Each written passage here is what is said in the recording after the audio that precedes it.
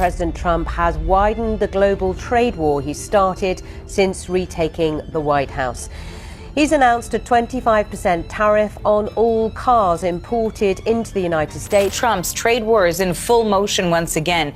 The U.S. president is now threatening a 50% tariff on all European Union imports. You say tariffs is the most beautiful word to me in the dictionary. 7 of America's most recognizable brands are suddenly facing a crisis. Why? Because Canada, long seen as one of the U.S.'s most dependable trade partners, has just announced new agreements with 11 other countries, deliberately bypassing Washington. The move is shaking U.S. businesses, rattling Wall Street, and sparking urgent questions about the future of North American trade. This development marks one of the biggest shifts in U.S.-Canada economic relations in decades. For years, Canada and the United States have been each other's largest trading partners, their economies tightly linked by geography, supply chains, and decades of cooperation under NAFTA and now USMCA. But with Canada now diversifying its trade relationships, American companies that once enjoyed a privileged position north of the border suddenly find themselves exposed. In this video, we'll break down why Canada made this decision, which 7 major U.S. brands are being hit the hardest, how this affects American workers and consumers, and what this means for the global balance of trade moving forward. According to reports, Canada's decision to sign deals with 11 new trade partners, including European, Asian, and South American nations, was motivated by a desire to reduce over-reliance on the U.S. economy. Canadian officials argue that trade disputes with Washington in recent years, on lumber, dairy, autos, and even energy pipelines, have shown that the U.S. cannot always be counted on as a stable partner. By diversifying its agreements, Canada is aiming to protect itself from the political and economic turbulence in Washington. Critics in the U.S. argue this is a direct response to America's increasingly aggressive America First trade stance, which often left allies like Canada caught in the crossfire of tariffs and disputes. Either way, the message is clear. Canada is no longer putting all its eggs in the American basket. And that's bad news for some of the biggest brands that depend heavily on Canadian consumers. So which companies are feeling the shock the most?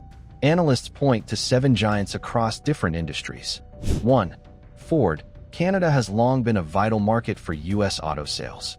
With new trade deals lowering tariffs on European and Asian vehicles, Ford risks losing ground to competitors offering cheaper, more fuel-efficient models.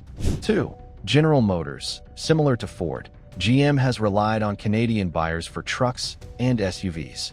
Analysts warn that Canadian consumers may now pivot toward imports, especially electric vehicles from Asia and Europe, undermining GM's market share. 3.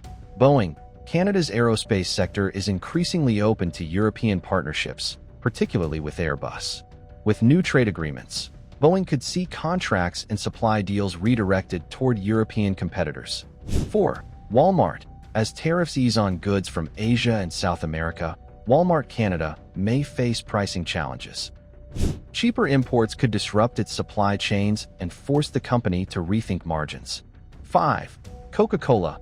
Canadian beverage markets may see new entrants as global competitors gain easier access. With shifting consumer preferences toward locally branded or international alternatives, Coca-Cola could feel the squeeze. 6. PepsiCo. Facing the same issues as Coca-Cola, PepsiCo is vulnerable to new foreign competitors benefiting from Canada's trade diversification, especially in snacks and beverages. 7. Caterpillar. The heavy machinery giant relies heavily on Canadian infrastructure and mining projects. With new trade agreements, Caterpillar could face growing competition from European and Asian equipment manufacturers. These aren't just any companies, they're household names, representing industries from autos to beverages to machinery. And they employ hundreds of thousands of American workers, meaning the impact goes far beyond corporate boardrooms. For U.S. workers, the concern is immediate.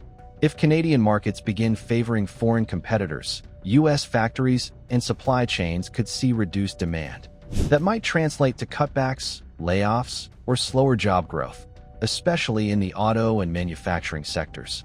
For consumers, the impact is more complex. On one hand, Canadian diversification could eventually lower prices in Canada, as competition increases. On the U.S. side, however, Americans may see higher costs if companies try to offset losses abroad by raising domestic prices. Experts suggest that while the average American shopper may not feel the pain immediately, the ripple effects, job security, wages, and long-term company strategies will gradually filter through the economy. As expected, Donald Trump has wasted no time reacting to the news. According to reports, he blasted Canada's decision as a betrayal and accused Ottawa of undermining U.S. workers. Critics argue, however, that this shift is partly the result of Trump's own trade policies, which often alienated allies with tariffs and aggressive negotiations. By focusing heavily on short-term gains, some analysts suggest Washington inadvertently pushed Canada to seek new partners. In Congress, the ruling has sparked debate about whether the U.S. needs to reevaluate its trade strategy. Some lawmakers are calling for a renewed focus on building stable, long-term trade relationships with allies instead of relying on confrontation. Others warn that unless the U.S. adjusts quickly, more countries could follow Canada's lead. This isn't just a North American story, it's part of a larger global shift. Experts say Canada's decision reflects a broader trend.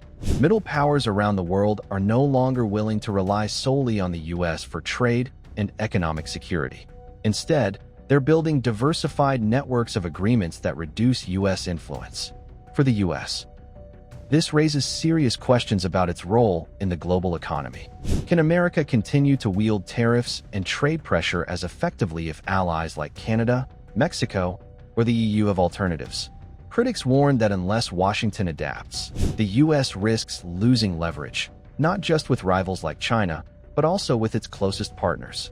Supporters of diversification argue that this could force the U.S. to embrace more cooperative, multilateral strategies, a shift that some economists believe is inevitable. To sum it up, 7 of America's most iconic brands, Ford, GM, Boeing, Walmart, Coca-Cola, PepsiCo, and Caterpillar, are facing mounting pressure after Canada's bold decision to strike new trade deals with 11 partners outside the U.S. This isn't just a one-off trade dispute. It's a strategic pivot that marks a decisive shift away from America's economic orbit and toward a more diversified global marketplace. For American workers, the stakes are high. Auto workers in Michigan, aerospace engineers in Washington, factory employees in the South, and supply chain staff across the Midwest all depend on stable demand from Canada. If sales slow, layoffs and cutbacks are no longer just possibilities. They're very real risks. For U.S. consumers, the consequences may come in subtle but important ways. Higher prices at home could creep into everyday goods, while the loss of global competitiveness could make American brands less innovative. If you found this breakdown useful, don't forget to subscribe for more updates like this, because the story of global trade is only just beginning.